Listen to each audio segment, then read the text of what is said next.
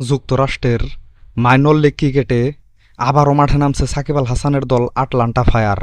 বাংলাদেশ সময় আগামীকাল ভোর রাত 4টায় নিজেদের সুপার এইটের প্রথম ম্যাচে নিউ জার্সি স্টালিয়ন্সের বিপক্ষে মাঠে নামবে সাকিবের আটলান্টা ফায়ার। খেলাটি আপনারা সরাসরি দেখতে পারবেন টি স্পোর্টস লাইভ ইউটিউব চ্যানেলে। গ্রুপ পর্বে সাউথ ডিভিশনে 10 ম্যাচের 9 ম্যাচে জিতে সুপার এইটে উঠেছে সাকিবের আটলান্টা। অপরদিকে ইস্ট ডিভিশনে 10 ম্যাচের 10টিতে জিতে সুপার এইটে উঠেছে নিউ জার্সি।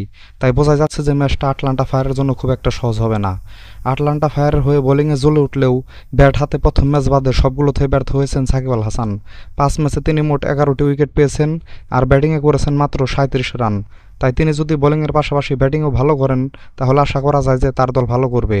সাকিবের পাশাপাশি যদি Steven Taylor, Aaron Jones, Sunny Patel, Sagar প্যাটেলরা ভালো করেন তাহলে আশা করা যায় যে ম্যাচটাতে আটলান্টা ফায়ার জিততে পারে।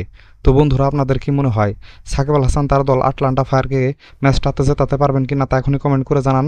সাথে ক্রিকেট ও ফুটবলের নতুন নতুন আপডেট পেতে এখনই আমার চ্যানেলটিকে সাবস্ক্রাইব করে দিন। সকলকেই ধন্যবাদ।